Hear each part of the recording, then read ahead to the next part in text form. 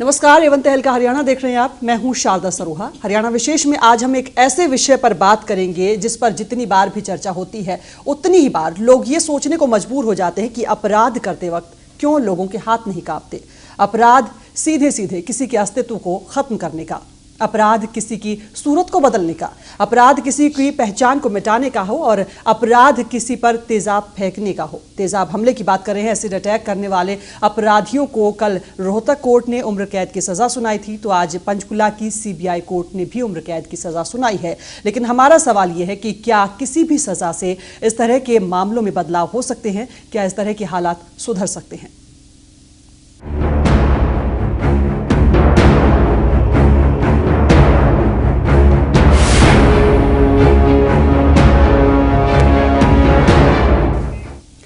सबसे पहले आज की बात करते हैं। पंचकुला सीबीआई की विशेष अदालत ने 3 लड़कियों पर तेजाब फेंकने के 2 दोषियों को उम्र कैद की सजा सुनाई है। इसके अलावा आरोपियों को 1.5 लाख रुपए का जुर्माना भी सुनाया गया है। मामला 18 जून 2011 का है। रोहतक के डीएवी स्कूल की 10वीं कक्षा की छात्रा प्रेरणा अपनी 2 सहेलियों के साथ, यशिका और उर्वशी के साथ ट्यूशन से घर लौट रही थी। सेक्टर 1 में स्कूटी पर सवार 2 युवकों ने तेजाब फेंका, जिसमें यशिका को टारगेट किया गया था, लेकिन दोनों लड़कियां भी तेजाब की चपेट में आ गई और गंभीर रूप से झुलस गई थी। इस मामले में यशिका के चाची पर आरोप लगे थे और रंजिश के तहत बताया जा रहा था कि ये तेजाब डलवाया गया था, जिसमें रिश्तेदार को पैसे दिए गए थे तेजाब डलवाने के लिए। 2 कन्विक्ट को सजा सुनाई गई है। लाइफ इम्प्रिजनमेंट करी है 326 सेक्शन में और 324 सेक्शन में 3 साल की कैद करी है और लाख रुपए जुर्माना 326 सेक्शन में और 50,000 रुपये 324 के सेक्शन में करी। तो कहीं आगे अपील पूरी डालेंगे। हाँ जी, अपील डालने लायक केस है और इसकी अपील जरूर डालेंगे। ठीक। तो इसमें 3 लोग थे सर, 2 को ही सजा सुनाई गई है, तीसरा निकाला गया है। हाँ जी, तीसरे की क्रिमिनल कॉन्स्पिरेसी से प्रूव नहीं हो रही थी, इसलिए उसको निकाला गया। एक दोषी। कैबिनेट मंत्री कविता जैन ने इस फैसले का स्वागत किया है। मैं धन्यवाद करना चाहूँगी कोर्ट का, जिन्होंने आज रोहतक तेजाब पीड़ित के मामले में जो आज फैसला दिया और एक उम्र कैद की सज़ा सुनाई। मैं उस फैसले का स्वागत करती हूँ। एसिड अटैक की कोई शिकार हो जाती है महिला, तो उसके लिए हमारी सरकार की तरफ से जितनी भी मेडिकल जो खर्च होएगा वो 100% रिम्बर्स किया जाता है, पूरा का पूरा दिया जाता है। वहीं पीड़ित लड़की प्रेरणा के दादा मनोहर लाल गांधी का कहना है कि मामले में सबूतों के अभाव में मुख्य आरोपी गीता को बरी किया गया है, इसलिए आरोपों की दोबारा जांच होनी चाहिए। छात्राओं पर तेजाब फेंकने के मामले में सीबीआई कोर्ट का फैसला सबके सामने है और इस पूरे प्रकरण पर चर्चा करने के लिए इस मामले में पीड़ित छात्रा प्रेरणा के दादाजी मनोहर लाल गांधी हमारे साथ हैं। सबसे पहले जानना चाहेंगे कि इस मामले की शुरुआत कैसे और कहां से हुई थी। गांधी जी, सबसे पहले जानना चाहेंगे पूरा मामला क्या था? सबसे पहले मैं बताना चाहूँगा कि 18 जून 2011 की शाम को 3 छोटी छोटी बच्चियाँ सेक्टर 2 से ट्यूशन पढ़कर स्कूटी पे वापस लौट रही थी। तो उसमें जो प्रेरणा गांधी थी वो स्कूटी चला रही थी और याशिका, जो पता चला बाद में कि वो टारगेट थी कल्प्रेट्स की, वो पीछे बैठी हुई थी। अनजान युवक स्कूटी पे सामने से आए, उन्होंने उनको 1 सेकंड के लिए रोका और एक आदमी जो पीछे बैठा था उसके हाथ में तेजाब का भरा हुआ जार था और जो बाइक को, स्कूटी को चला रहा था वो राम गोपाल कॉलोनी का युवक था और जो पीछे बैठा था जिसने बच्चियों पे तेजाब डाला वो तिलक नगर का था। तो क्योंकि प्रेरणा चला रही थी वो फ्रंट में आई और उसी पे तेजाब का सारा असर हुआ। जितेंद्र को दोषी करार दिया गया है मंगलवार को, उससे हम संतुष्ट हैं। एक और प्रतिक्रिया समाजसेवी रणबीर की आई है, वो भी आपको सुनाते हैं इस मामले पर। सख्ती के साथ नियम जो है लागू नहीं हो पाया और वो तेजाब इजीली अभी भी अवेलेबल है। एक तो चीज़ ये मैं कहना चाहता हूँ। दूसरा ये कहना चाहता हूँ कि जो तेजाब की शिकार लड़कियां होती हैं उनमें रिहेबिलिटेशन की समस्या बहुत गंभीर समस्या है। एक तो उनके इलाज की ही समस्या बहुत ज़्यादा है कि उनका इलाज भी वो प्लास्टिक सर्जरी 2 बार 3 बार 10 बार पता नहीं कितनी बार हो सकती है। तो मेरा ये मानना है कि सरकार को ज़्यादा सेंसिटिव होते हुए गंभीरता से उसके शुरू से लेके आखिर तक इलाज की जिम्मेवारी लेनी चाहिए। और ये जो कहते हैं कि भाई हम तो ऐसी जगह भेज देते हैं जहाँ इलाज मुफ्त है, तो मुफ्त इलाज की परिभाषा मुझे अच्छी तरह से आती है कि भाई जहाँ मुफ्त इलाज होता है वहाँ भी खर्चा काफ़ी हो जाता है, सारी चीज़ें नहीं अवेलेबल होती। तो एक तो उनके इलाज का पूरा वो, दूसरा उसकी जो डिफॉर्मिटी जो हो जाती है इलाज के बाद भी वो पूरी तरह से वो नहीं होती, तो उसकी रिहेबिलिटेशन लाइफ के लिए कि भाई वो कैसे अपना जीवन गुजारेगी तो उसके लिए भी मुझे लगता है कि कोई परमानेंट जॉब का वैसे तो प्रावधान नहीं है, लेकिन सरकार को ये प्रावधान करने के बारे में सीरियसली सोचना चाहिए। इससे पहले मंगलवार को यानी कि कल ही एसिड अटैक के एक मामले में रोहतक कोर्ट ने भी ऐतिहासिक फैसला सुनाया था। 3 दोषियों को उम्र कैद की सजा सुनाई थी। साथ ही कोर्ट ने 2 दोषियों को 10-10 साल की सजा भी सुनाई है। मामला 26 मई साल 2012 का है। वॉलीबॉल की नेशनल खिलाड़ी क्राइम इस मामले पर बाइक सवार 2 बदमाशों ने उस पर तेजाब डाल दिया था। इस मामले में रोहतक की कोर्ट ने फैसला सुनाया था। रोहतक में एसिड अटैक का शिकार हुई वॉलीबॉल खिलाड़ी को मंगलवार को इंसाफ मिला। कोर्ट ने 3 दोषियों को उम्र कैद और 2 को 10-10 साल की सजा सुनाई है। मामले में 3 आरोपियों को सबूतों की कमी में बरी भी किया गया है। कोर्ट ने दोषियों को 50-50 हजार रुपए मुआवजे के तौर पर पीड़िता को देने के भी आदेश दिए हैं। 2012 की थी जो भी इंसिडेंट था, तो इसमें श्री ये मिस्टर संदीप दुग्गल जी की कोर्ट ने है वो 3 की लाइफ की है और 2 की 10 ईयर और 50,000 ईच अक्यूज्ड उन्होंने जुर्माना किया है। रोहतक के प्रेमनगर चौक पर 26 मई 2012 को रितु सैनी पर बाइक सवारों ने तेजाब फेंक दिया था। रितु नेशनल लेवल की वॉलीबॉल खिलाड़ी थी। रितु का मुख्य गुनाहगार उसकी अपनी बुआ का लड़का है। दोषी रामनिवास गांव जामनी का रहने वाला है। उसने अपने ही गांव के नीरज और प्रदीप को पैसे देकर वारदात को अंजाम देने के लिए तैयार किया। 1.25 लाख रुपए के लालच में नीरज और प्रदीप तेजाब फेंकने को तैयार हो गए। वारदात वाले दिन रामनिवास कार में जबकि नीरज और प्रदीप बाइक पर रोहतक के प्रेमनगर चौराहे पर पहुंचे। जैसे ही रितु चौक पर पहुंची तो बाइक पर पीछे बैठे नीरज ने रितु के चेहरे पर तेजाब फेंक दिया। जब तक कोई कुछ समझ पाता दोनों बदमाश फरार हो चुके थे। मामले की जांच में जुटी पुलिस ने रितु और उसके घर रहने वाले सभी लोगों का नंबर सर्विलांस पर लगा दिया। रितु के नंबर पर आए फोन की कॉल डिटेल भी निकाली गई। जांच में पाया गया कि परचून की दुकान चलाने वाले फुफेरे भाई रामनिवास के मोबाइल से कई बार रितु को कॉल आई थी। रामनिवास के फोन की लोकेशन वारदात वाले दिन प्रेमनगर चौराहे पर ही पाई गई। उसकी कॉल डिटेल से यह भी पता चला कि वारदात वाले दिन उसने नीरज और प्रदीप से कई बार बात की थी। नीरज और प्रदीप की लोकेशन भी वारदात वाले दिन प्रेमनगर चौक की ही मिली। शक यकीन में बदला तो पुलिस ने आरोपियों को गिरफ्तार कर लिया। मंगलवार को रोहतक कोर्ट ने रामनिवास, प्रदीप और नीरज को दोषी करार देते हुए उम्र कैद की सजा सुनाई। साथ ही 2 और दोषियों राजपुरी और मंजीत को 10-10 साल की सजा सुनाई। रामनिवास ने प्रदीप और नीरज को पैसे देकर ये एसिड अटैक कराया था। राजपुरी वो दुकानदार है जिससे एसिड खरीदा गया था।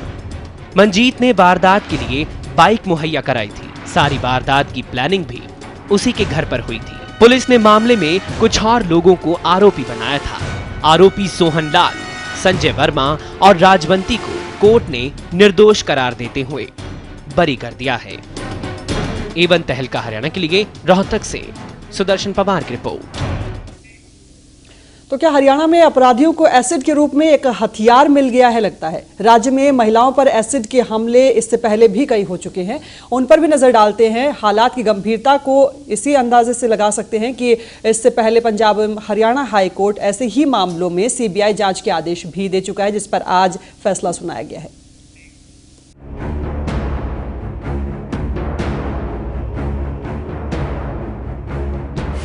पिछले कुछ साल में अपराधियों को एक नया हथियार मिल गया है, वो है एसिड यानी तेजाब। तेजाब की एक बूंद भी किसी पर गिर जाए तो उसके रोंगटे खड़े करने के लिए काफी है। पिछले कुछ साल में हरियाणा में एसिड अटैक के कई मामले सामने आए।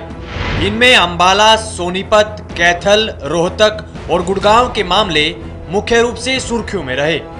बात अंबाला की करें तो 15 फरवरी 2011 को अंबाला की रहने वाली 21 साल की युवती दफ्तर से घर लौट रही थी।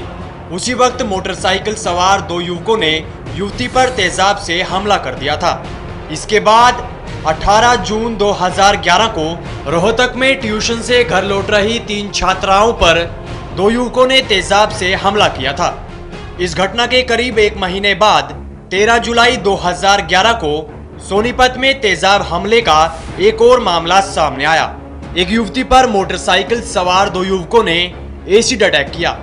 मामले में खुलासा हुआ कि आरोपी के शादी के प्रस्ताव को पीड़िता ने ठुकरा दिया था। पीड़िता की इलाज के दौरान मौत हो गई थी। कैथल जिला भी तेजाब हमले से बचा नहीं रह सका। 23 मई 2012 को कैथल में अपने घर में सो रही परमजीत कौर पर तेजाब फेंक दिया गया था। घटना के वक्त परमजीत कौर के साथ उनके 2 बच्चे भी सोए थे। घटना के कुछ दिनों बाद परमजीत कौर की अस्पताल में इलाज के दौरान मौत हो गई थी। 27 मई 2012 को एसिड अटैक का एक और मामला सामने आया, जिसमें वॉलीबॉल खिलाड़ी पर मोटरसाइकिल सवार 2 युवक हमला कर फरार हो गए थे। 15 दिसंबर 2014 को साइबर सिटी गुड़गांव में एक महिला के घर में घुसकर एक युवक ने तेजाब से हमला कर दिया था। इस घटना में महिला और उसकी 9 साल की बेटी झुलस गई थी।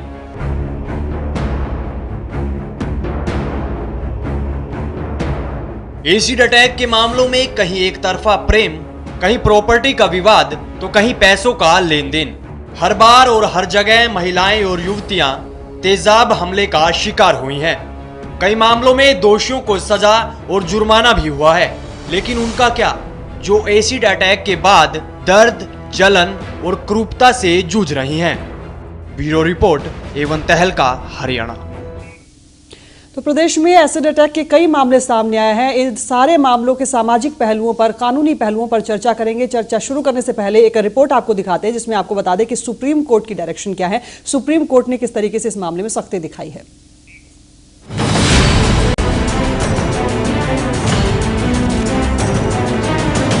देश में लगातार बढ़ रहे एसिड अटैक के मामलों पर सुप्रीम कोर्ट ने संज्ञान लेते हुए जुलाई 2013 को राज्य सरकारों को कुछ दिशा निर्देश दिए।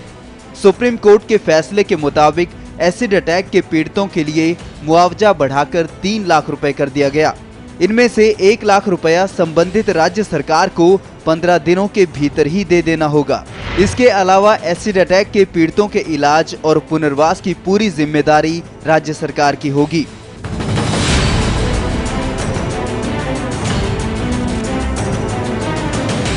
सुप्रीम कोर्ट के फैसले में ये मुख्य दिशा निर्देश जारी किए गए। 18 साल से कम उम्र के बच्चों को तेजाब नहीं बेचा जाएगा। तेजाब की खरीद फरोख्त के लिए विक्रेताओं को अलग से एक रजिस्टर रखना होगा। बिना पहचान पत्र, एड्रेस प्रूफ और वजह के एसिड नहीं दिया जाएगा। मेडिकल और शिक्षा के उद्देश्य से थोक में एसिड खरीदने से पहले एसडीएम से आदेश लेना होगा। एसडीएम तेजाब के इस्तेमाल की निगरानी भी करेंगे। तेजाब को लेकर दिए गए निर्देशों का अगर पालन नहीं होगा तो 50,000 रुपए का जुर्माना लगाया जाएगा। तेजाब को लेकर तमाम निर्देशों पर स्थानीय भाषा में विज्ञापन भी देने का आदेश है। ब्यूरो रिपोर्ट एवं तहलका, हरियाणा। तो सुप्रीम कोर्ट ने सख्ती दिखाई है, कानूनों में भी बदलाव किया है, लेकिन कानूनों में बदलाव के बाद, सजा के ऐलान के बाद क्या हालात सुधरेंगे, यही हमारा सवाल है। इस पर चर्चा करेंगे। तमाम मेहमान चर्चा में हमारे साथ शामिल हो चुके हैं। एवं तहलका के निदेशक हरविंद्र मलिक चर्चा में हमारे साथ स्टूडियो में मौजूद हैं। इसके साथ ही सामाजिक कार्यकर्ता सुनीता धारीवाल जी भी हमारे साथ स्टूडियो में मौजूद हैं। एडवोकेट रीटा कोहली हैं हमारे साथ, और इसके साथ ही रिटायर्ड IPS करतार सिंह तोमर भी हमारे साथ स्टूडियो में मौजूद हैं। इसके अलावा फोन लाइन पर पीड़ित लड़की प्रेरणा के दादा मनोहर लाल गांधी हमारे साथ जुड़े रहेंगे, और वॉलीबॉल खिलाड़ी जो खुद एसिड अटैक से पीड़ित रही हैं, जिन्हें कल एक तरीके से न्याय मिलने की कोशिश हुई है, ऋतु, वो भी हमारे साथ फोन लाइन पर जुड़ी हुई है। सबसे पहले सवाल शुरू करते हैं ऋतु आपसे, क्योंकि आप खुद इस मामले में पीड़ित रही हैं। किस तरीके की पीड़ा, किस तरीके का दर्द आपने झेला है, और कल जो सजा का ऐलान हुआ है उसके बाद किस तरीके की राहत कही जा सकती है, या किस तरीके का आपको न्याय महसूस हो रहा है? क्या कहें, जब अटैक होता है तो फेस इतना डैमेज हो जाता है, जैसे चॉकलेट मेल्ट होती है वैसे फेस भी मेल्ट हो जाता है, और मेरी लेफ्ट आई भी बिल्कुल डैमेज हो गई है। क्या है, 20 रुपए का तेजाब 20 लाख या 40 लाख भी लगा देंगे तो भी नहीं आएगा, और हर एक ऑपरेशन में वही याद आता है जब अटैक हुआ था जी। और हम ये चाहते हैं, मैं एक स्टॉप एसिड अटैक कैंपेन से जुड़ी हूँ, हम सब ये चाहते हैं कि फास्ट ट्रैक कोर्ट बन जाए, 2 से 3 मंथ में डिसीजन आ जाए, और ये एसिड खुलेआम ना बिके। 15 दिन पहले भी गुड़गांव में अटैक हुआ है, और हरियाणा में तो पता नहीं कितने अटैक हो चुके हैं। कल दिल्ली में भी एक अटैक हुआ है एक डॉक्टर के ऊपर। जी ऋतु, 2011 से आप इस दर्द से जूझ रही हैं, झेल रही हैं सारी तकलीफें। एक तो ये तकलीफ, जो शारीरिक तकलीफ आपने झेली है, आपने कहा कि एक छोटी सी बूंद भी तेजाब की इतनी नुकसानदायक हो जाती है, और उसके अलावा सामाजिक रूप में आप देखिए, आप क्या कहना चाहेंगे, किस तरीके की परेशानी आपको सामाजिक तौर पर झेलनी पड़ी? समाज साथ छोड़ देता है। जब मेरे ऊपर अटैक हुआ था तो इतना भीड़ था कि एक बंदे ने आके मदद नहीं किया। सबसे पहले समाज का गलती, एक बंदे ने आके हेल्प नहीं किया। और रही लाइफ की बात, मेरा पढ़ाई छूट गया, मेरा गेम छूट गया, मेरा सब कुछ छूट गया जी। और मुझे लेफ्ट आई की वजह से मेरे को राइट में भी प्रॉब्लम होता है जी। ऋतु, बने रहिए हमारे साथ, कुछ और पहलुओं पर आपसे जरूर चर्चा करेंगे। मनोहर लाल गांधी जी भी हमारे साथ बने हुए हैं। मनोहर लाल जी, आपको आज इस सजा के ऐलान के बाद क्या महसूस हो रहा है? मुझे हैरानी महसूस हो रही है कि जो रोहतक कोर्ट में मंगलवार ने फैसला दिया है जी, उसमें जिसने तेजाब बेचा था दुकानदार ने, उसको 10 साल की सजा सुनाई गई है जी। लेकिन प्रेरणा के केस में पंचकुला CBI में जिस गीता खत्री ने तेजाब अरेंज करके साजिश रची थी उसको बरी कर दिया गया है। किन कारणों से किया है, ये हैरानी वाली बात है। इस हिसाब से हमें कोई न्याय नहीं मिला है, और जहां तक उनको 2 दोषियों को उम्र कैद की सजा सुनाई गई है, वो भी कम से कम फांसी की सजा होनी चाहिए थी, क्योंकि ये बड़ा इनह्यूमन एक्ट और जघन्य अपराध था। मासूम भोली भाली छोटी छोटी बच्चियों के ऊपर, जिसमें रंजिश का कोई कारण नहीं बन सकता। स्कूल गोइंग 3 छोटी छोटी बच्चियां थी, उनके ऊपर उनका गीता खत्री की वजह से तेजाब डालना और फिर गीता का बरी हो जाना, ये न्याय संगत नहीं दिखता जी। और जहां तक जुर्माने का सवाल है, 50-50 हजार रुपया रोहतक कोर्ट ने दिया है, और उसमें गीता ऋतु सैनी के को ये सहायता दी जानी है, जबकि पंचकुला में ऐसा कोई फैसला नहीं हुआ है जी। और CBI की तरफ से ये अपील की जानी है कि तेजाब अरेंज करने वाले को बरी कैसे कर दिया, जब तेजाब बेचना गैर कानूनी है, तेजाब खरीदना गैर कानूनी है। तो अभी तक ये खुलासा लोकल रोहतक पुलिस ने भी नहीं किया, ना ही CBI ने अपनी जांच में इसका खुलासा किया कि तेजाब किससे खरीदा गया, कौन दुकानदार था, उसको सजा से बचाने के लिए। मनोहर लाल जी, सबूतों के अभाव की यहाँ पर बात नहीं हो सका। इस बात में भी हमें ये पूरी संतुष्टि नहीं है। दोबारा जांच में ये भी पता किया जाना चाहिए। और गीता के जो बरी होने का सवाल है, वो मेन कल्प्रेट थी, उन्हीं का आपस में पारिवारिक झगड़ा था। जिसमें यश का उसकी सभी भतीजी टारगेट थी जी। और ये बिना टारगेट के जो जघन्य अपराध किया गया है, इसमें न्याय अभी पूरा हमें नहीं मिला है जी। और जहां तक सुप्रीम कोर्ट का जुलाई 2013 का निर्देश है, उसका हरियाणा सरकार ने 1% भी पालन नहीं किया है। ना ही 3 लाख रुपया का जो 2 लाख और 1 लाख राज्य सरकार से देना था वो अभी तक दिया गया है। ना ही 5,000 रुपया मासिक भत्ते का कोई सूचना मिली है, जबकि हमने दोनों केसेस में हायर अथॉरिटीज को अप्लाई भी किया है और वुमेन डेवलपमेंट, चाइल्ड डेवलपमेंट मंत्री महोदय को भी लिखा है, director general women development, child development को भी लिखा गया, डीसी महोदय रोहतक को भी लिखा गया। अभी तक हमारे पास कोई एक लाइन का जवाब तक नहीं आया। तो हम उम्मीद करते हैं कि नई सरकार जो है वो इन दोनों पहलुओं पे ध्यान देगी और जो 50,000 रुपया जुर्माना उनको लगेगा, अदरवाइज सुप्रीम कोर्ट की जो जुलाई 13 के निर्देश हैं वो कोई उनके हिसाब से भी पालन नहीं। मनोहर लाल जी बने रहे हमारे साथ, तमाम पहलू हैं उन पर चर्चा करेंगे। कुछ और मेहमान भी हमारे साथ बने हुए हैं क्योंकि ये मामला इतना गंभीर है और इस पर हर पहलू पर चर्चा करना बेहद जरूरी हो जाता है। सामाजिक तौर पर किस तरीके की परेशानी होती है और किस तरीके की भूमिका समाज की हो सकती है, इसके अलावा कानून क्या कहता है और कानून का किस तरीके से पालन हो रहा है, ये चर्चा करेंगे। चर्चा शुरू करते हैं। मलिक साहब, सबसे पहले आपसे सवाल लेना चाहेंगे। एक अपराध किया जाता है, पूरा प्लान किया जाता है कि तेजाब से अटैक करना है, किस तरीके की मानसिकता उस वक्त अपराधी के दिमाग में हो सकती है और किस तरीके का प्रभाव आप देखते हैं पीड़ित के लिए? देखिए, ये कुंठा, ये कहीं ना कहीं मनोविज्ञान का भी मामला है ये, क्योंकि कहीं ना कहीं कैसी साइकी है ये कि ये कुंठाग्रस्त लोग भी ऐसा करते हैं और रंजिश का भी एक तरीका है। और ये रंजिश का एक ऐसा तरीका है कि जिसमें सिर्फ हत्या करके सजा ना दी जाए, तरसा तरसा के सजा दी जाए। ये मेरे हिसाब से ये हत्या से भी ज्यादा जघन्य है कि जिंदा भी रखा जाए इंसान को, लेकिन इस हालत में कर दिया जाए कि वो जिंदा होके भी सही से जी ही ना पाए, उसको हर तरीके की पीड़ा का सामना करना पड़े।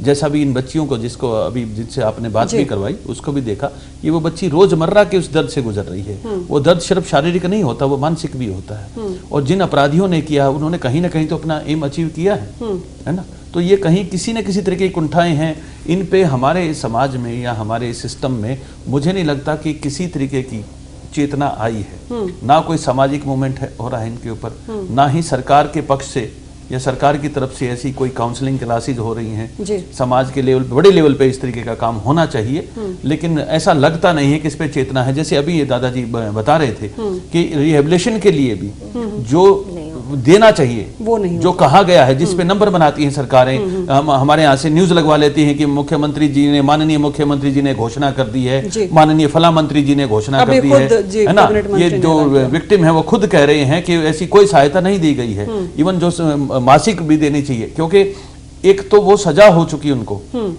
जो विक्टिम को सजा, मैं उनको नहीं कर रहा हूं जिन्होंने कोर्ट ने दी है, ये भी एक सजा की तरह भुगत रहे बेचारे। उसके बाद ये इसके लिए भी रहम की तरह घूमेंगे जी, हमें 5,000 रुपए महीना दे दो। इनको ये भी कहीं ना कहीं इनको यातना दी जा रही है। ये बहुत गलत है, ये जो भी हो रहा है बहुत गलत हो रहा है। अपराधियों के साथ साथ कहीं ना कहीं सरकार की तरफ से भी नाइंसाफी नजर आती है। सुनीता धारीवाल जी, छोटे से कमेंट पहले आपसे ये लेना चाहेंगे कि अपराध क्योंकि इस तरीके से अंजाम दिया जा रहा है जिसके पीछे कुंठा नजर आ रही है, इसके अलावा जिस तरीके की परेशानी झेलनी पड़ रही है, 20 रुपए का एक तेजाब पूरी उम्र को बर्बाद कर देता है और उसके करियर को, अस्तित्व को खत्म कर देता है, क्या देखती हैं इसके पीछे? देखिए, सबसे पहले तो मैं ये कहती हूँ जघन्यतम अपराध है जो उसके सारी जिंदगी जिससे छीन ली गई। ऐसी बच्चियों की तादाद हमारे देश में कम नहीं है। और मैं आज जो सबसे मेरी पहली प्रतिक्रिया आई है वो मैं ये मन से मानती हूँ कि इन ऐसे लोगों के लिए सजा, हर उम्र कैद की सजा भी कम है। इनको मौत के घाट उतार देना चाहिए, मेरा ऐसे व्यक्तिगत मानना है। दूसरा, मैं ये मानने की सजा ऐसी होनी चाहिए जिससे आदमी थरथराए और कंपाए। अभी पिछले दिनों अरब की एक घटना थी जिसमें तेजाब डालने वालों के ऊपर उनकी सरकार ने ये दंड दिया था कि जिन्होंने तेजाब डाला है उन्हीं की आंखों में तेजाब डाल दिया गया। अगर इस तरीके की घटना, इस तरीके की पनिशमेंट यदि सामने आती है तो सोचिए, बार बार सोचना पड़ेगा। लेकिन यहाँ पता है कि उम्र कैद हो गई है, उम्र कैद जाएंगे तो हजारों लोग वहाँ उम्र कैद वाले हैं और वो किस प्रकार की देश में उम्र कैदें होती हैं और कैसे वो आ जाते हैं हम सभी जानते हैं। ये बहुत दुखदाई घटना है और ये घटनाओं की पुनरावृत्ति हो रही है, ये और भी ज्यादा दुखदाई चीज है। तो तोमर साहब, एक पहलू आपसे लेंगे, क्योंकि हमारा सवाल ये है कि क्या किसी भी सज़ा से अपराध पर लगाम लग सकती है या माहौल में बदलाव आ सकता है। एक सवाल ये भी है क्योंकि इस तरह का पहला ये मामला जिसमें आज सीबीआई ने फैसला सुनाया है, पुलिस के पास था, पुलिस ने कुछ खास नहीं किया तो हाईकोर्ट ने सख्ती दिखाई, जिसके बाद सीबीआई को मामला सौंपना पड़ा। क्यों इस तरह के मामलों में पुलिस ढिलाई बरतती है? ऐसा है जी, अपराध सज़ा से जरूर कुछ न कुछ तो इफेक्ट पड़ता है, पर सज़ा ऐसी होनी चाहिए कि जैसा उन लड़कियों का जीवन तिल तिल के वो मर रही हैं, जिएंगी इतने तक उनको तरफ को देखने वाले को भी घृणा होगी, उनको तिरस्कार सहना पड़ेगा। तो इसी प्रकार का जो पहली तो ये हो कि उनकी भी ऐसी शक्ल की जाए, उनके भी ऊपर ऐसे इंतजाम उसी लड़की से डलवाया जाए और फिर उनको उम्र कैद की सजा दी जाए, ताकि सारी उम्र शीशे में जब भी मुंह देखें अपना तो उनको पता लगे कि किस तरह उस लड़की के साथ न्याय किया गया है। और जहाँ तक पुलिस का काम है, पुलिस का तो क्या क्या काम करे, इतना भारी ओवर वर्कड है वो, इतनी वीआईपी ड्यूटियों में रहते हैं, इतनी ट्रैफिक ड्यूटी में रहते हैं, इतनी नाइट पेट्रोलिंग पर हैं, इतनी पैरवी के लिए उनको आना पड़ता है। मल्टीफेरस कोई डिवीजन ऑफ वर्क नहीं है पुलिस में। जब तक प्रिवेंटिव के लिए अलग से कोई पुलिस वालों की फोर्स नहीं बना दी जाती, जिनका काम सिर्फ प्रिवेंटिव एक्शन होगा, समाज में जुर्म ना हो उसके इंतजाम के लिए उनको यूज किया जाएगा, तब तो कुछ ये रुकावट आएगी। और एक ही आदमी सारी चीज़ों को नहीं कर सकता, पुलिस वाले ओवरवर्क्ड हैं। कुछ और पहलुओं पर काम करने की जरूरत है। हाँ। रीटा कोहली जी, कानूनी पहलू जैसा कि अभी बता रहे थे, खुद लड़की के दादा हैं, वो बता रहे हैं कि सुप्रीम कोर्ट की तरफ से इस तरह के निर्देश होने के बावजूद वो अपने उन बातों के लिए परेशान हो रहे हैं जिस पर एक तरीके से सख्ती के आदेश कहा जा सकता है। कानूनी पहलुओं पर चर्चा करेंगे, कहाँ लापरवाही होगी। देखिए, ऐसा है, अगर हम सारा मामला आप देखें तो सिर्फ और सिर्फ अगर किसी फोरम ने उसने सेंसिटिविटी दिखाई है, संवेदनशीलता दिखाई है, तो वो सिर्फ जुडिशरी है, सिर्फ कोर्ट्स हैं। सुप्रीम कोर्ट ने डायरेक्शंस दी थी सारी कि हर सरकार को मेडिकल रीइंबर्समेंट भी देनी है और आपको उसको मुआवजा भी देना है। मेरा तो सवाल ये है कि कोर्टों को ये सब क्यों करना पड़ता है, ये सरकार क्यों नहीं सोचती? सरकारें हैं ना, उनके नुमाइंदे तो वहां जाते हैं। सरकार ने नहीं सोचा, सुप्रीम कोर्ट ने सोचा, सुप्रीम कोर्ट ने इतनी गाइडलाइन सेट करी, सरकारों ने किया, नोटिफाई किया। पहली बात, आज भी एसिड मिल रहा है, सुप्रीम कोर्ट की गाइडलाइंस 2013 की हैं, एसिड आज भी मिलता है। विक्टिम को कॉम्पनसेशन आज भी नहीं मिलता, जो कि आपके सामने उन्होंने कहा। तो कहीं ना कहीं हर मुद्दे पे आके सरकारों की लापरवाही, पुलिस की लापरवाही, समाज की लापरवाही, तो कहीं ना कहीं अगर कुछ बदलना है तो हमें अपनी सोच, अपनी पुलिस फोर्स और आम लोगों का रवैया उस पर बदलना है और सबसे पहले उसकी अवेलेबिलिटी रोकनी पड़ेगी। कहीं ना कहीं ये सारे मुद्दों पे काम करेंगे तब ये हटेगा। पर जैसे कि मेरे भाइयों ने बोला कि उन पे भी तेजाब डाला जाए, ये है बहुत ही जघन्य है, बहुत ही, इससे ज्यादा इनह्यूमन कुछ नहीं हो सकता। ये सिर्फ ये दर्शाता है कि आप में संवेदनशीलता की बिल्कुल कमी है, पर कहीं ना कहीं हमें समाज को एजुकेट करने की जरूरत है, उन्हें बताने, क्योंकि ये पिछले कुछ सालों का ट्रेंड है। अगर हम देखें तो ये पहले ये एसिड आया कहां से, लोगों की ऐसी प्रवृत्ति क्यों है, और जैसा उन्होंने कहा कि या प्रॉपर्टी का इशू है या कोई ऐसे इश्यूज, ऐसे झगड़े हर घर में होते हैं। हमने कोई नहीं सुना कि किसी औरत ने आदमी पे तेजाब डाला हो। तो ये कहीं ना कहीं हमें हर एक पहलू को लेके काम करना है, पर हर एक के आखिर में सिर्फ जुडिशली एक सेवियर फोरम आता है। एक और पहलू है रीटा जी, जिस पर खासतौर पर आपसे बात करना चाहेंगे अब, क्योंकि खुद मनोहर लाल गांधी जी भी हमें बता रहे थे कि वो बार बार हर जगह पर अपनी बात रख चुके हैं कि कोर्ट के आदेशों के अनुसार उन लड़कियों को, पीड़ित लड़कियों को किस तरीके से क्या क्या सुविधा मिलनी चाहिए। अगर वो नहीं मिल पा रही हैं तो इनके लिए अगला कदम क्या है? कंटेम्प्ट ऑफ कोर्ट, उसके सिवा कुछ नहीं। और वो तो इनको सबसे पहले करना चाहिए, क्योंकि ऐसे मुद्दों में भी अगर किसी को कोर्ट में आना पड़ता है तो मुझे लगता है कि वो ऑफिसर्स जिनको देना है, जिनकी रिस्पॉन्सिबिलिटी है, they should be held personally accountable. उन्हीं को खर्चा पड़ना चाहिए जो सरकार कभी ना बेयर करे, क्योंकि वो ऑफिसर्स में सेंसिटिविटी लाना बहुत जरूरी है। और अदरवाइज अगर आप कोर्ट की तरफ से देखो तो ये इतना ऐतिहासिक मामला है, आज तक कभी नहीं हुआ कि 326 के मामलों में उम्र कैद दी जाए। ये पहली बार हुआ है क्योंकि कोर्ट सेंसिटिव हुई है। अब कोर्ट ने तो अपना काम कर दिया, बाकी समाज कब बदलेगा, बाकी सरकार कब बदलेगी, ये हमें देखना है। बिल्कुल। ऋतु हमारे साथ बनी हुई। ऋतु जी, एक सवाल आपसे ले रहे हैं कि इस तरह के मामलों में कानूनी जो पहलू हैं उनसे अलग रहते हुए सामाजिक मुद्दों पर, जैसे कि आप बात कर रहे थे कि परिवार में या फिर आस पड़ोस में किस तरीके की परेशानी झेलनी पड़ रही है, सरकारी पहलुओं पर नजर डाल रहे हैं, क्योंकि सरकार की तरफ से घोषणाएं तमाम की जाती हैं कि पीड़ितों को इंसाफ मिलेगा। आज भी हमने एक घोषणा चलाई है, कैबिनेट मंत्री खुद ये कहते हैं कि पीड़ितों के साथ हर संभव मदद के लिए सरकार साथ में है। आपको किस तरीके की मदद मिली और आपने किस तरीके से अपनी कानूनी लड़ाई लड़ी? सर रही कानून की बात, कानून में अभी कुछ दिन पहले डिसीजन आया था खुलेआम एसिड नहीं बिकेगा, वो अब भी बिक रहा है, वो बंद हो जाएगा तो शायद कुछ हो जाए। और रही समाज की बात, समाज खुद अपने आप को खुद बदलो ना, अभी दूसरों को बदल पाओगे, पहले खुद तो चेंज हो, एक तो सब कुछ चेंज ही हो जाएगा। और किसने बोला था कि उसी से एसिड सिकवाया जाए जिसके ऊपर एसिड डला है? सर मैं तो नहीं सकती हूँ, क्यों मैं क्रिमिनल, वो बन गया तो वो बने, क्या करिए, ऐसा हो ही ना आगे। जी ऋतु जी आपके पास एक बार फिर आएंगे। मनोहर लाल गांधी जी भी हमारे साथ बने हुए। मनोहर लाल जी, एक पहलू आपने ये उठाया है कि कानूनी तौर पर जो मदद मिलनी चाहिए वो नहीं मिल रही है। इस बीच इस पूरे मामले में एक पहलू ये भी था कि जिस लड़की पर अटैक करवाया जाना था वो खुद उस लड़की की चाची की तरफ से, जिन पर आरोप लग रहे हैं, जो मुख्य आरोपी हैं, जो फिलहाल इस पूरे मामले से बाहर कर दी गई है आरोपों सबूतों के अभाव में। पूरा मामला क्या है एक बार ये फिर से आपसे दोहराना चाहेंगे, क्योंकि सामाजिक पहलुओं पर हम चर्चा कर रहे हैं, किस तरीके के हालात में इस तरह के जघन्य अपराध किए जाते हैं। मेरा मानना है कि स्त्री होने के नाते अपनी सगी भतीजी को टारगेट बनाने के लिए जब ऐसा कोई जघन्य और इनह्यूमन एक्ट किया गया और तेजाब भी अरेंज करवाया गया, तो ये नहीं सोचा होगा कि अगर इनको सजा भी मिल जाएगी तो ये तो कुछ अरसे के बाद सजा काट के एज इट इज वापस आ जाएंगे, इनकी शक्ल सूरत में कोई फर्क नहीं पड़ेगा।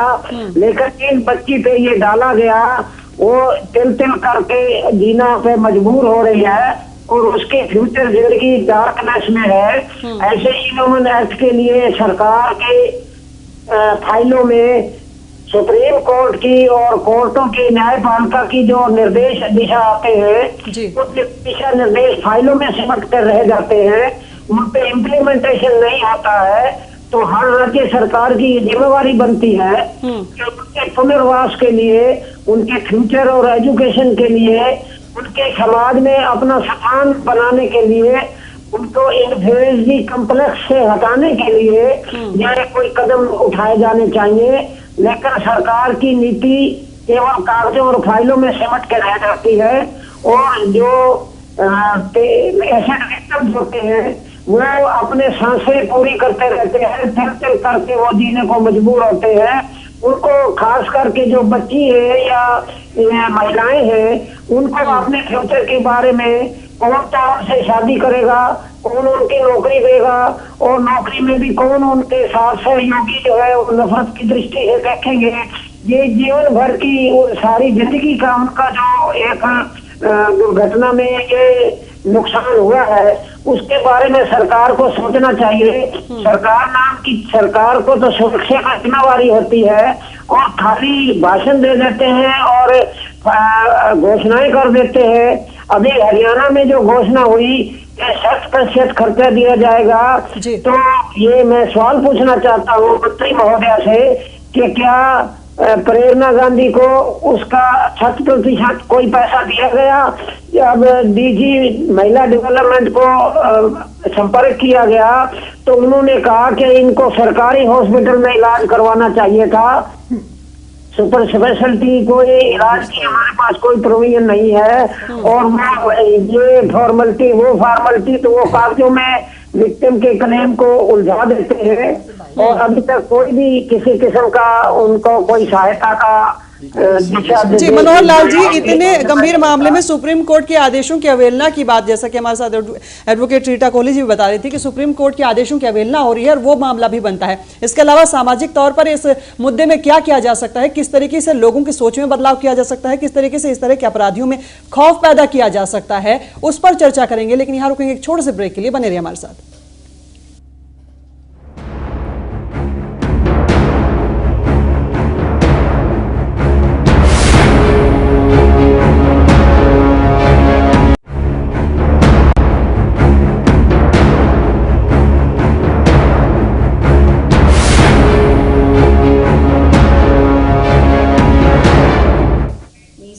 ब्रेक के बाद एक बार फिर आपका स्वागत है। चर्चा को आगे बढ़ाते हैं कि एसिड अटैक से किस तरीके से किसी का भी अस्तित्व खत्म करने की कोशिश की जाती है, अपराधियों की मानसिकता क्या रहती है, किस तरीके के लोग इस तरह की घटनाओं को अंजाम देते हैं और उसके बाद क्या कुछ असर पीड़ित की जिंदगी पर पड़ता है, किस तरीके से उसका पूरा जीवन बदल जाता है, इस पर चर्चा कर रहे हैं। और सवाल ये है कि क्या सजा देने से इस तरह के अपराधों पर लगाम लगेगी या फिर अपराधों को रोकने के लिए, हालातों को बदलने के लिए हमें किस तरह की कोशिश करनी चाहिए। तमाम मेहमान हमारे साथ बने हुए हैं, बात इसी मुद्दे पर करेंगे कि हालात किस तरीके से बदल सकते हैं, क्योंकि तमाम जो मेहमान हमारे साथ हैं वो सामाजिक पहलुओं के तौर पर भी या फिर कानूनी जो पहलू हैं उन पर भी चर्चा कर रहे हैं। सबसे पहले आपसे एक एक राय लेना चाहेंगे मलिक साहब, क्योंकि लगाम किस तरीके से लगेगी, हालात किस तरीके से बदलेंगे, उसके लिए सुझाव क्या है, खासतौर पर जहां लापरवाही आपको नजर आ रही है। देखिए, सबसे बड़ी लापरवाही तो मैं जो यहाँ कहना चाहूँगा कि सुप्रीम कोर्ट के जो आदेश थे उनमें ये बात जोड़ी गई है कि विज्ञापन के द्वारा ये बात का प्रचार से बताई जाए, लोगों को इसकी सेंसिटिविटी जगाई जाए लोगों में। मैं 2 साल हो गए हमें ये चैनल चलाते हुए, मुझे तो इस विभाग से आज तक कोई मैसेज या फोन नहीं आया। ये कोई बात ऐसी नहीं है कि हम इसके लिए कोई बहुत पैसे मांगते हैं जी, हम तो हो सकता हम फ्री में भी करते हैं, बिल्कुल। लेकिन कोई हमसे संपर्क करेगा, कोई ऐसी जिज्ञासा दिखाए, कोई ऐसी संवेदनशीलता दिखाएगा विभाग कि वो सच में चाहते हैं लोगों को जागरूक करना, लेकिन कोई मिले, कोई कंसर्न दिखाए, पता नहीं उनको किस बात की सैलरी दी जा रही है, किस बात की लाल गाड़ियां लेके, लाल बत्ती वाली गाड़ियां लेके घूम रहे लोग, मंत्रालय हैं। ये कैसा हरियाणा में बाल विकास हो रहा है हमें तो समझ में नहीं आ रहा, ना महिला विकास दिख रहा कहीं पर, क्योंकि इतनी तरीके की समस्याएं हैं। कोई नहीं चाहता कि इनसे जुड़ी जो इनके फायदे के लिए हो सकती है, जागरूकता के लिए हो सकती है, वो बातें प्रचार माध्यमों से कही जाए। मैं इसको ऑन रिकॉर्ड ये कह सकता हूं क्योंकि हमने कभी किसी से ऐसा कोई मैसेज आज तक, यही नहीं किसी और भी स्कीम के बारे में नहीं मिला हमारे को इस सो कॉल्ड सरकार से, किसी भी तरीके किसी का इंटरेस्ट नहीं है। यानी जो लोग तनख्वाहें ले रहे हैं उनकी कोई भी अकाउंटेबिलिटी सेट नहीं है, ये सच में काम भी करना चाह रहे हैं कि नहीं चाह रहे हैं। इसलिए बच्चियां, अगर इनके लिए ये अनुदान की राशि है तो उनको दे देनी चाहिए। अगर उनको मेडिकल सहायता देनी है तो वो दे देनी चाहिए। उस पे भी एक लाल फीताशाही है कि वो लेके बैठ जाती है, नहीं आपने सरकारी अस्पताल में करवाया कि नहीं करवाया। मैं कह रहा हूं ऐसे विक्टिम के लिए ऐसी बातें करना है, कितनी वो भी सजा का पात्र होना चाहिए जो आदमी ऐसा करे। अरे वो ऑलरेडी हर्ट है, वो ऑलरेडी दुखी है, उसके साथ पहले इतना गलत हो चुका है, फिर से आप कागज लेके बैठे रहते हो। एक ह्यूमिलेशन की एक लेयर बना दी है, एक लेयर के बाद लेयर, उसके बाद इतनी ह्यूमिलेशन करवाई जा रही है। तो मुझे लगता है कि कहीं ना कहीं संवेदन होना चाहिए लोगों को, संवेदनशीलता खत्म होती नजर आ रही है। सुनीता धारीवाल जी, आपने इस तरह के बहुत केसेस देखे होंगे और संवेदनशीलता के नाम पर कुछ नजर नहीं आता, और उसके बाद जब जैसा कि अस्पताल में इलाज की बात हो या फिर सरकार की तरफ से जो सुविधाएं ना मिलने की बात हो, कहाँ कहाँ आपको बेकदरी नजर आ रही है, कहाँ कहाँ आपको लापरवाही नजर आ रही है? देखिए, सबसे पहले तो मैं ये कहती हूँ जो हमारा सरकार का ढांचा है वो प्रक्रिया आधारित है, मतलब प्रोसीजरल है। प्रोसीजर इज इम्पोर्टेंट और जो उसका रिजल्ट है दैट इज नॉट इम्पोर्टेंट। अगर हमारा उद्देश्य पर नजर हो, प्रक्रिया हम अपनी सुविधा अनुसार जल्द से जल्द राहत पहुंचाने के लिए प्रक्रिया बनाते हैं तो आसानी से पहुंचेगा। प्रक्रिया में उलझ जाते हैं, वहां पहुंचता नहीं। मतलब किसी को जख्म पर फौरी तुरंत राहत मिली हो लेकिन वो नासूर बन जाता है, तब तक उसको राहत नहीं मिलती। और आज तक मैं ये मानती हूँ जितनी भी लड़कियों के साथ ये सुबह किसी को भी जो राहत होती है फौरी राहत बिल्कुल नहीं मिली है, और किसी को भी जो इलाज के लिए सरकार जरूरत थी वो नहीं मिला है। और ये जहां तक इलाज, जहां सरकार ने कहा 2 लाख 1 लाख, ये बहुत छोटी रकम है। एक लड़की के इलाज के लिए 14 से 18 लाख तक पेरेंट्स का खर्चा आया है। वो ऐसे अस्पतालों में गए क्योंकि उस टाइम उनके साथ जो घटना घटी है वो एक बहुत दुर्दांत है। वो मनोवैज्ञानिक भी उनको बिल्कुल अच्छे तरीके से हर लिया है, उनका चैन सुख चैन सब गया। और उसके बाद पेरेंट्स उस बच्ची को मनोवैज्ञानिक रूप से भी, साइकोलॉजिकली भी हीलिंग करने के लिए और उसके जो फिजिकल हीलिंग है उसके लिए भी वो ज्यादा से ज्यादा सुविधा है वहां की दौड़ लगाता है, चाहे उसका सब कुछ बिक जाता है। मैंने देखा है लोगों को मकान बेचते हुए उस बच्ची के इलाज के लिए, और वो जाते हो और ये बार बार ग्राफ्टिंग होती है, बार बार उनको बुलाया जाता है। ये प्रोसीजर लंबा है, 5 से 6 साल तक भी इलाज चलता है और एक भी रकम जो है वो बच्चों तक नहीं पहुंचती है। और सरकार बड़ी बेशर्मी से कहती है कि हमने योजना बनाई है। अभी मैं मुझे इस मंच से कह रही हूँ कि मैंने एक प्रेस नोट पढ़ा था जो राज्यपाल हरियाणा से जारी हुआ था कुछ साल पहले। उसमें था कि सरकार ने योजना बनाई है कि तेजाब पीड़ित लड़कियों के इलाज की सुविधा दी जाएगी। ये योजना कहते हुए भी अच्छा लगता है, यह शायद उसकी मिस्टेक होगी जिसने प्रेस नोट बनाया, लेकिन ये था कि सरकार ऐसे कदम उठाएगी कि ऐसा हो ही ना, यदि दुर्भाग्यवश होता है तो तुरंत उसको राहत मिलेगी। ऐसा नहीं है, क्योंकि जो सरकार में अफसर बैठे हैं ना वो सिर्फ फाइलें देख रहे हैं, कागज देख रहे हैं, वो लड़की का चेहरा उनके परिवार की हालत नहीं देख रहे हैं। दूसरा कि सामाजिक बहिष्कार, हम बाकी चीजों में बहुत अच्छे अच्छे सामाजिक बहिष्कार करते हैं लेकिन ऐसी चीजों में नहीं है। तब हम उस परिवार को, पीड़ित परिवार को अकेला छोड़ देते कि इन्हीं का कुछ गड़बड़ हुआ होगा तभी इनके साथ ऐसा हुआ। ये जो सोच है ये उनको बिल्कुल अलग थलग कर देती है, समाज से पूरी तरह से अलग थलग कर देती है, और जो उनके अंदर का ज़ील होती है। एक मुद्दा यहाँ पर यह भी है कि सामाजिक बहिष्कार की जब बात आती है तो अपराधियों को के साथ क्यों ना ऐसा किया जाए? सामाजिक अपराधियों के साथ और पहलू उल्टा जो पीड़ित है सामाजिक बहिष्कार उसी का हो जाता है। जी, वो एक अनडिक्लेयर्ड सामाजिक बहिष्कार उसी का हो जाता है। तोमर साहब, आपकी प्रतिक्रिया लेना चाहेंगे क्योंकि पुलिस के लेवल पर भी एक बार सवाल जब इस मामले में उठे थे उसके बाद सीबीआई को मामला सौंपना पड़ा था। किस तरह की गंभीरता का सुझाव आपकी तरफ से है? सबसे पहली चीज़ तो ये है कि भाई इसमें कोई भी फॉर्मेलिटी ना तो पुलिस को करनी चाहिए ना एडमिनिस्ट्रेशन को। लड़की को जो है सबसे पहले तो उसका इलाज करवाना चाहिए। और वो निर्भय फंड जो किस लिए बनाया गया है, हर एक डीसी के पास करोड़ रुपया कम से कम होना चाहिए जो तुरंत उसका बढ़िया से बढ़िया हॉस्पिटल बन जाओ ताकि उसके चेहरे किसी तरह बच सके, उसके को जीवन किसी तरह बच सके। सरकारी अस्पताल की फॉर्मेलिटी में बढ़ेंगे। आपने इलाज बाहर से करवाया है, सरकारी से नहीं कराया, इसलिए आपको जो है सहायता नहीं दी जाएगी। इससे बड़ा जुल्म, इससे बड़ा अन्याय उस तेजाब फेंकने वाले ने नहीं किया होगा जैसा सिस्टम कर रहा है। एक सवाल ये भी, क्या सरकारी अस्पतालों में वो सुविधाएं मिल पाती है? इतनी जल्दबाजी में वो सुविधाएं मिल जाती हैं जितनी बिल्कुल कोई सुविधा नहीं है। आप जाकर देखो, आप वहाँ लाइन में खड़े हो जाओ, 2-2.5 घंटे तक आपका नंबर नहीं आता है। कोई है ही नहीं कोई सुविधा। स्कूल में चले जाओ, सरकार के पास जो चीज आ गई वो गई। जी रीटा जी, सुझाव क्योंकि इसीलिए ले रहे हैं कि सिर्फ चर्चा ना हो, कुछ समाधान की कोशिश हो और समाधान की कोशिश कुछ मुद्दों पे बहुत क्लियर मैं कहूंगी। पहली बात, जैसा कि मालिक साहब ने बहुत खूबसूरती से बताया कि 2 साल से अगर ये चैनल चल रहा है तो ये तो एक एसिड अटैक का एक इशू है। सरकार की बेनिफिशियल स्कीम जो लोगों के लाभ के लिए हजारों स्कीम्स बनती हैं, हजारों नोटिफिकेशंस निकलती हैं, वो क्यों सारे ये मीडिया चैनल्स पे पब्लिसाइज बार बार नहीं होती? पहली बात तो ये। और ऐसे में जहां खास करके सुप्रीम कोर्ट के निर्देश से कुछ बनाया गया है, आप क्यों नहीं उसको एडवर्टाइज करते? क्यों नहीं उसका सारा प्रोसीजर, उसकी सारी प्रक्रिया टेलीविजन पे बताते कि अगर किसी के साथ ऐसा हो तो उसने क्या करना है, कहां जाना है? पहली बात।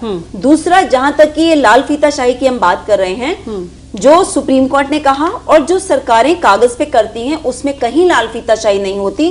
कहीं पे नोटिफिकेशन में ऐसा नहीं है कि आपने सरकारी अस्पताल में जाना है। सुप्रीम कोर्ट ने ये कहा था और सरकार ने भी किया कि 15 दिन के अंदर अंदर जब ये इंसिडेंट हुआ, किसी पे एसिड डाला, 15 दिन में आपको 1 लाख रुपए इमीडिएटली मिलेगा। दूसरी बात, आपका खर्चा सारा सीधे बैंक अकाउंट में हॉस्पिटल के जाएगा, आपको कोई पैसा नहीं लगाना। अगर ये नहीं हो रहा, मैं तो ये कहती हूँ कि सोशल प्लेटफॉर्म पे मैं खुद तैयार हूँ ऐसे सारे केसेस में कंटेम्प्ट ऑफ कोर्ट सरकारों के खिलाफ करने के लिए। ये तो जरूर करना चाहिए सारे विक्टिम्स को, नंबर 1। नंबर 2, सरकार ने रिहैबिलिटेशन के नाम पे कह दिया 3 लाख से 5 लाख रुपए दे दिए, चलो इनको जो हमने पब्लिक डिस्ट्रीब्यूशन सिस्टम के जो डिपो देते हैं वो इनको प्रेफरेंस पे दे दो। सिर्फ इससे बात खत्म नहीं हो जाती।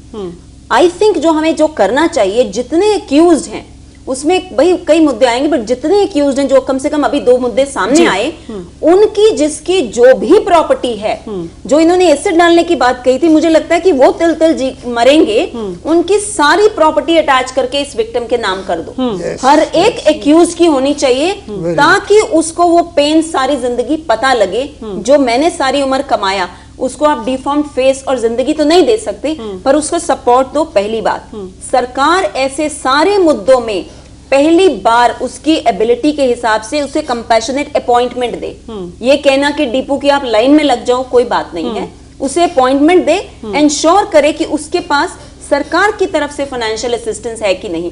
उसके बाद एक्यूज की प्रॉपर्टी की बात आएगी, क्योंकि बहुत सारे ऐसे लोग भी होंगे जिनके पास कुछ होगा ही नहीं, तो हम सिर्फ एक्यूज की प्रॉपर्टी पे भी नहीं छोड़ सकते, बट जहां पे उसके पास जो कुछ है वो तो बिल्कुल स्ट्रेट विक्टिम के नाम पे आना चाहिए। बिल्कुल उसी से कहीं ना कहीं कोई डेटरेंस, कोई खौफ उसका बनेगा कि अगर मैंने ऐसा किया तो कुछ हो सकता है मेरे साथ भी बुरा।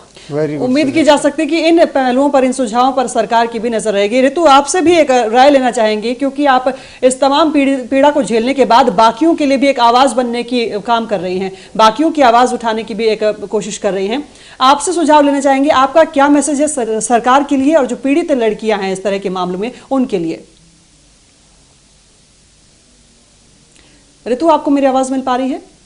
नहीं। लगता है संपर्क उनसे हमारा टूट गया है। मनोहर लाल गांधी जी भी हमारे साथ बने हुए हैं। मनोहर लाल जी, आपको मेरी आवाज मिल पा रही है? हाँ जी जी मनोहर लाल जी, तमाम सुझाव हमें जरूर मिल रहे हैं, जिनकी कोशिश ये है कि सरकार तक अगर ये संदेश जो है, ये सुझाव जो है पहुंचते हैं तो शायद इस तरह के मामलों में कुछ एक अच्छी कोशिश हो सके सरकार की तरफ से। आपकी राय लेना चाहेंगे, जो पीड़ा, जो तकलीफें आप झेल चुके हैं, उसके मुताबिक क्या संदेश पीड़ित लड़कियों, उनके घर वालों के लिए और सरकार के लिए देना चाहेंगे? देखिए, सबसे पहले तो मैं मैडम का मन से और मलिक साहब का मन से धन्यवाद करना चाहूंगा। और ये उनका सराहनीय सुझाव है कि जैसे को तैसा है, जैसे ही दोषियों को प्रूव हो जाए कि ये दोषी सिद्ध हो जाते हैं तो उनको सजा के तौर पे वैसा ही ट्रीटमेंट मिलना चाहिए। और साथ में उनकी जो प्रॉपर्टी है वो कुर्की करके और पीड़िता के और ये एसिड अटैक जो विक्टिम्स हैं उनके नाम कर देनी चाहिए, जिसमें उनको पुनर्वास के लिए सहायता मिलेगी और वो समाज में सिर ऊंचा करके चल सकेंगे, जिंदगी बिता सकेंगे। जहाँ तक ये विभागीय निष्क्रियता है और ये हमारा खास करके हरियाणा की बात करें तो इसमें महिला विकास और बाल कल्याण का जो विभाग है या ये इनके जो मंत्रालय है इनमें बड़ी निष्क्रियता है और ये संवेदनाहीन हो चुके हैं और इन मामलों में ये कानूनी अड़चने अड़ा देते हैं। ये नहीं सोचते कि उसका चेहरा कैसा हो गया, वो डिफेस्ड हो गया, डिसफिगर्ड हो गया और वो तिल तिल करके जीने को विक्टिम मजबूर हो जाता है। ऐसे केस में ही ये कानूनी अड़चने करते हैं। सरकारी अस्पताल का मिसाल देते हैं, पीजीआई रोहतक की ले लीजिए, वहाँ बिल्कुल इन्फेक्शन के डर के मारे कोई भी जो है सुविधा नहीं है, आम रोगियों के साथ रखा जाता है और हर टाइम क्योंकि स्किन जल चुका होता है ऐसे जघन्य और इनह्यूमन एक्ट के तहत, और वहाँ फिर ये जो विक्टिम्स हैं वो तड़पते रहते हैं, हर टाइम इन्फेक्शन का डर लगा रहता है और ना कोई साफ सफाई होती है। और जबकि हमारे केस में, प्रेरणा के केस में, माननीय हाई कोर्ट ने निर्देश दिए थे कि इंडिया में या अब्रॉड में कहीं भी इस विक्टिम को इलाज के लिए ये जा सकते हैं, सुपर स्पेशलिटी ट्रीटमेंट ले सकते हैं, क्योंकि ये केस था रिकंस्ट्रक्शन ऑफ बॉडी और जैसे कान का ट्रांसप्लांटेशन होना है या कंट्रैक्चर छाती के या गर्दन के ये रिलीज होने हैं, तो ये अगर यहाँ हिंदुस्तान में संभव ना हो तो बाहर भी जाकर के ट्रीटमेंट दिला सकते हैं, ताकि कम से कम जो हुआ वो तो सामाजिक तौर पे गलत हुआ, लेकिन इनका जो आपका फ्यूचर है उसको कम से कम केयर किया जाए और पुनर्वास के बारे में उनको कुछ बताया जाए। जी मनोहर लाल जी, क्या कुछ ऐसे नाम, लापरवाही की यहाँ पर बात हो रही है, क्या कुछ ऐसे नाम आप गिनवा सकते हैं, क्योंकि आप कह रहे हैं कि तमाम जगहों पर जाने के बावजूद वो सुविधाएं नहीं मिल पाई हैं, कहाँ कहाँ आप गए हैं, कहाँ कहाँ पर आपको लापरवाही नजर आई है, यहाँ पर वो भी जानना चाहेंगे। जहाँ तक सरकारी हॉस्पिटल्स हैं जैसे पीजीआई रोहतक है, वहाँ हमें 20 दिन रखने के बाद 1% भी हमारा इलाज नहीं हुआ, तो हमें मजबूरन तौर पे हिसार सोनीबर्न हॉस्पिटल हिसार में जाना पड़ा। वहाँ क्योंकि 2.5 महीनों में हमारा 5-6 लाख रुपया खर्चा हो गया और एक डाउन टाउन फैमिली के लिए, एक गरीब परिवार के लिए इतना खर्चा जो है सहन करना संभव नहीं था। और जब हमने अप्रोच किया सरकार को तो उन्होंने कहा कि आप प्राइवेट इलाज करा रहे हो, हमारी कोई जिम्मेवारी नहीं है। तो हमें फिर वापस जो है वो पीजीआई चंडीगढ़ में जाना पड़ा, वहां भी हमारी कोई भी किसी किस्म की सुविधा न देख करके 15-20 दिन में हमें वापस आना पड़ा। फिर पॉलिसी चेंज कराई गई कि ये जो कंडीशन लगाई है सरकारी हॉस्पिटल्स की खर्चा लेने के लिए, इसको तोड़वा करके अप्रूव्ड हॉस्पिटल्स में आप जा सकते हैं। तो जब हम अप्रूव्ड हॉस्पिटल्स में चले गए, सफदरजंग हॉस्पिटल में, वहां भी सरकार का ही काम था, तो वो सुविधाएं नहीं थी, गंदगी थी और इन्फेक्शन था। फिर हमें अपोलो में जब जाना पड़ा तो 3-2.5 साल से हम अपोलो में रहे, उसका खर्चे का 1 पैसा भी अभी तक हरियाणा सरकार ने नहीं दिया, हालांकि वो अप्रूव्ड हॉस्पिटल था और पॉलिसी का अमेंडमेंट होने के बाद ही। बिल्कुल मनोहर लाल जी, लापरवाही हर कदम पर नजर आ रही है। मलिक साहब, एक आखिरी सवाल आपसे लेना चाहेंगे, हालांकि इस मुद्दे पर चर्चा और लंबी हो सकती है लेकिन वक्त बेहद कम है। अब लापरवाही कहाँ कहाँ है ये सब देख चुके हैं, आप क्या कहना चाहेंगे, आखिर में किस तरीके से समेटना चाहेंगे? सबसे पहले तो कहूंगा कि धिक्कार है ऐसे सिस्टम पे। सच में धिक्कार की बात है जो इतना संवेदनहीन हो चुका है।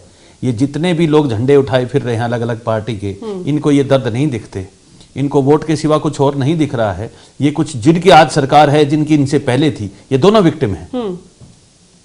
किसी में कोई संवेदनशीलता नहीं कि एक परिवार इस हद तक, वो बच्चियां इस हद तक, हाँ कोई बच्ची अगर अचीवर आ जाती है अपनी मेहनत से तो उसकी प्रसिद्धि के बीच में तो भाग के उसको लूटने के लिए तो इसको ये पद दे देंगे, इसको इंस्पेक्टर बनाएंगे, डीएसपी बनाएंगे, वो भी उसके भले के लिए नहीं है, वो उसकी प्रसिद्धि को लूटने के लिए है। वो भी चोरी का खेल है ना। जहां बच्चियां जेन्युइनली हेल्प के लिए चाहिए वहां उनका परिवार इस दर दर भटक रहा है सिर्फ इस बात के लिए। तो मैं तो इस बात के लिए धिक्कार ही कहूंगा कि कहीं ना कहीं अभी भी समय है कि वो जाग लें। एक अच्छे प्रशासन की बात तभी होती है, उसमें चाहे नेता हो, चाहे अधिकारी हो, ऑफिसर हो, ये सबकी ड्यूटी बनती है। हम मीडिया के नाते ये ड्यूटी ही निभा रहे हैं कि हम इस मुद्दे पर चर्चा कर रहे हैं। हमने भी, हमारे भी दिल को ये बात कहीं छुई है और अभी इस चर्चा में भी कुछ बातें और छुई हैं कि हम कोशिश करेंगे इस मुद्दे में इनकी कॉन्शियस को जितना हिला सकूं मैं, जितना ये चैनल हिला सकेगा हम पूरी कोशिश करेंगे। ये हमारा रोल होगा, लेकिन इस सब रोल में धार्मिक संस्थाएं भी आनी चाहिए। जो लोग रोज करोड़ों का पैसा लूट रही हैं, आप देख रहे हो कैसे कैसे नाटक हो रहे हैं। कल भी जिस मुद्दे पे आपने चर्चा की थी, अलग अलग मठ बने पड़े हैं, करोड़ों रुपए लूट रहे हैं, कोई फिल्में बना रहा है, उस पे कोई और शौक पूरे कर रहा है उस पैसे से। अरे कम से कम ऐसे बच्चियों की भलाई के लिए वो भी आ सकते हैं। बिल्कुल, है ना। यानी स्कूल में पढ़ने वाली एक छात्रा के साथ, नेशनल लेवल की एक प्लेयर के साथ इस तरह की वारदात हो जाती है, इस तरह की घटना हो जाती है, उसकी पूरी जिंदगी बदल जाती है। और उसके लिए कदम उठाने के नाम पर सरकार, प्रशासन पल पल लापरवाही बरतता है। किस तरीके से हालात बदलेंगे ये एक सवाल ही छोड़ देते हैं, क्योंकि ये सवाल का समाधान खुद उन लापरवाह अधिकारियों, उन लापरवाह अफसरानों के पास है जो इस मामले में लापरवाही बरतते हैं। हमारी कोशिश यही है कि शायद समाज के ये जो सुझाव हमें अलग अलग तबके से मिल रहे हैं वो सरकार तक पहुंचे और इसमें कुछ बदलाव हो पाए। फिलहाल चर्चा में इतना ही। बने रहिए एवं तहलका हरियाणा के साथ। नमस्कार।